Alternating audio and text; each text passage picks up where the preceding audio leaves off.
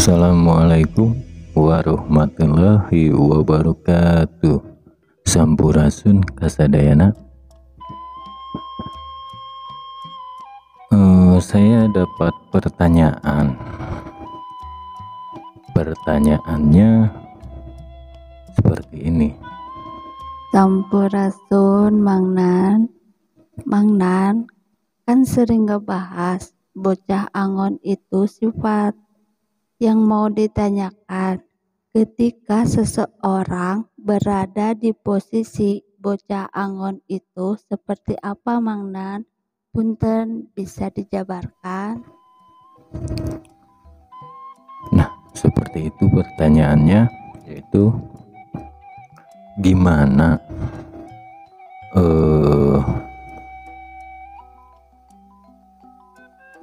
seseorang yang saya bilang bocah angon itu sifat. Nah, pertanyaannya, ketika seseorang tersebut berada di posisi sifatnya berada di posisi bocah angon gitu. Nah, saya ingin coba jelaskan atau gambarkan ya tentang seseorang ketika berada di posisinya bocah angon gitu ya. Bocah angon itu kan, bocah angon yaitu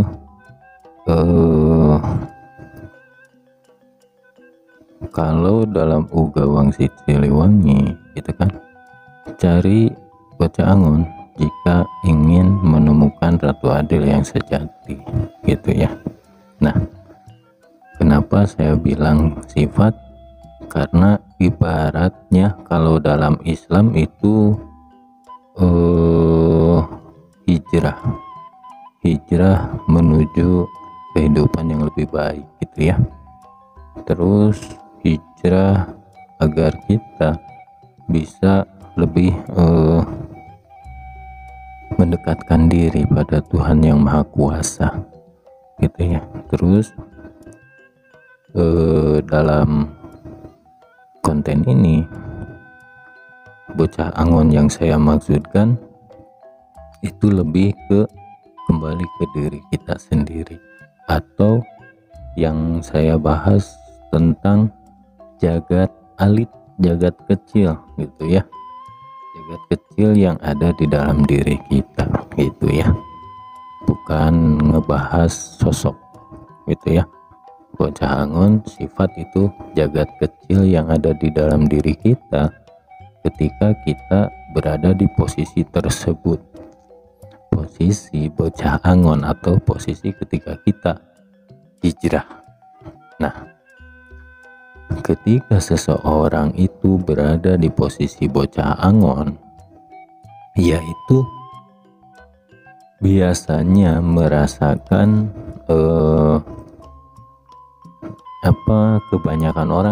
kebanyakan orang yang berada di posisi bocah angon itu orangnya rata-rata orang yang disebut bisa spiritual, atau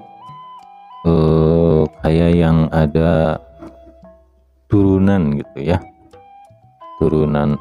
Jadi misalkan orang itu bisa ngobatin non medis gitu ya, bisa apa ya, kalau bisa dibilang orang pintar lah gitu ya, yang ahli spiritual gitu ya, atau paranormal lah biasanya gitu ya.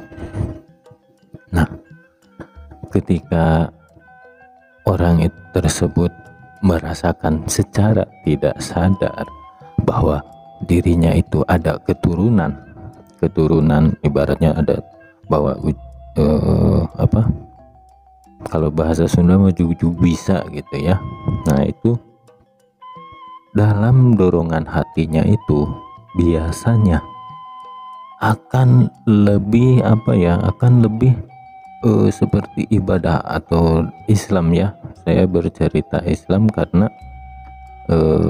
yang saya tahu sih di sini gitu ya. di Islam gitu. Kalau di agama lain saya belum pernah mengalaminya gitu. Nah kalau di Islam, kalau yang saya tahu itu sholat, ya sembahyangnya lebih gitu. Jadi lebih merasa dirinya itu ingin dekat dengan Tuhan, ingin selalu beribadah, ingin selalu sembah atau gimana gitu ya. Nah itu rasanya ketika kita mau menjajaki posisi bocah Angon gitu, hijrah gitu ya. Nah ketika di situ akan banyak akan banyak menemukan hal-hal baru yang dibilang kalau dalam Uga Wangsit Siliwangi, yaitu tentang ranting dan daun kering itu ya. Nah di situ akan banyak menemukan hal-hal baru yang dibilang mengumpulkan ranting dan daun kering kalau dalam Uga Wangsit Siliwangi.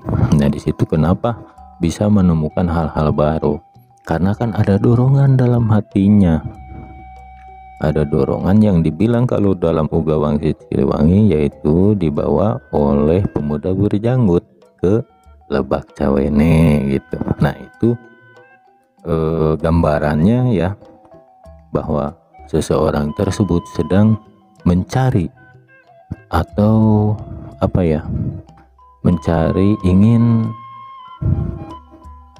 belajar gitu lebih dalam tentang ilmu agama, tentang spiritual gitu, ingin gitu.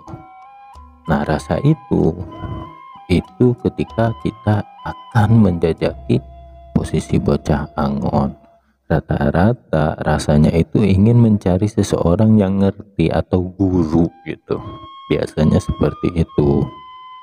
Nah rawan juga ketika kita berada di posisi itu gitu. Rawannya kenapa? Kalau kita menemukan seseorang atau guru yang salah, nah ini yang akan menjadi masalah. Masalahnya apa? Pengertian kita akan ilmu yang kita miliki dengan dari keturunan itu akan ibaratnya jadi seperti ini, seolah-olah kita tuh bisa dengan sendirinya ya.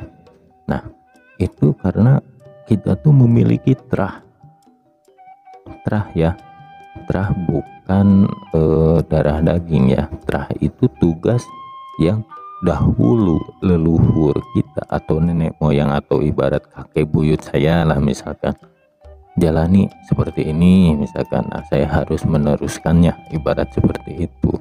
Nah terah itu yang sebenarnya yang harus kita cari itu ya.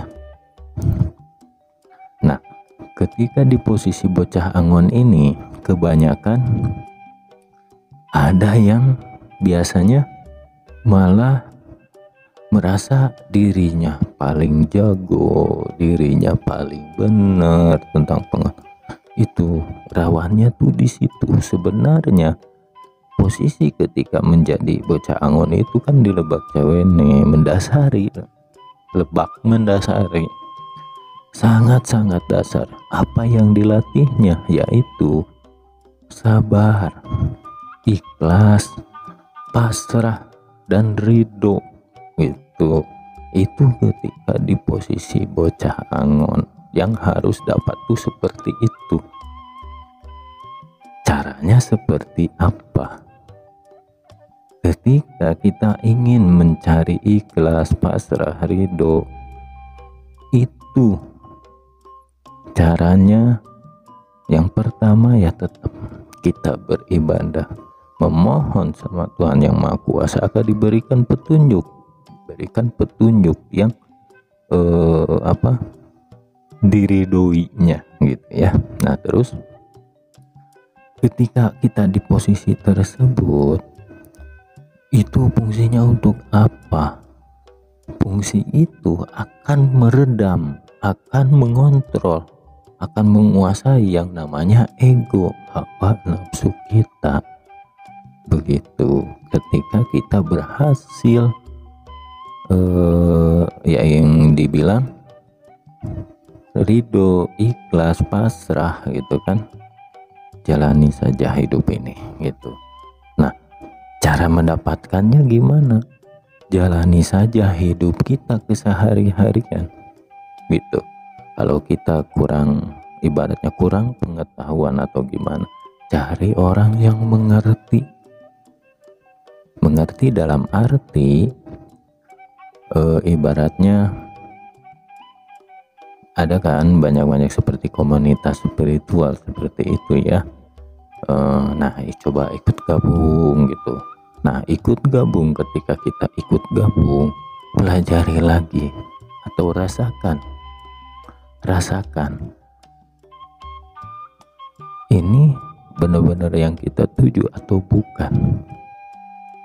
Biasanya ini suka ngasih tahu, oh nggak cocok, awal-awal bagus, di pertengahan jalan nggak cocok gitu. Kita cari, kalau kita udah dapat pengalaman, intinya kita dapat pengalaman gitu. Jalani saja hidup ini. Ketika kita diberi susah, diberi senang, kan ada aturannya tuh dalam agama. Ketika kita dapat rezeki seperti apa gitu kan, rezeki lebih, kita harus berbagi gitu kan. Ketika kita sudah pasrah saja, karena ini sudah kehendaknya gitu. Nah, ini cara kita menghadapi ketika kita di posisi bocah angon. Makanya saya bilang yang di posisi bocah angon itu banyak yang mengalami ini gitu. Tapi di sini ibaratnya filter gitu. Kalau orang yang bisa dapat rasa pasrah, ikhlas, ridho itu ya, bisa menguasai egonya, itu kan intinya ya. Di situ kita benar-benar bisa mengenali siapa, mengenali bahwa ternyata hidup kita ini digerakkan oleh Yang Maha Kuasa. Nah, di situ kita mulai mengenalnya gitu. Sedikit demi sedikit, sesuai kita menjalani hidup, akan mengenalnya sedikit tentang sifat-sifatnya gitu ya. Nah, ini yang paling penting gitu. Mungkin saya lanjut saja di konten berikutnya ya, tentang bocah angon ini, karena panjang sebenarnya kalau harus saya jelasin ketika di posisi bocah angon ini, biar lebih jelas, biar bisa dipahami begitu ya, karena pasti tidak sedikit pemirsa yang mengalaminya gitu ya. Sekian pembahasan kali ini. Wassalamualaikum warahmatullahi wabarakatuh.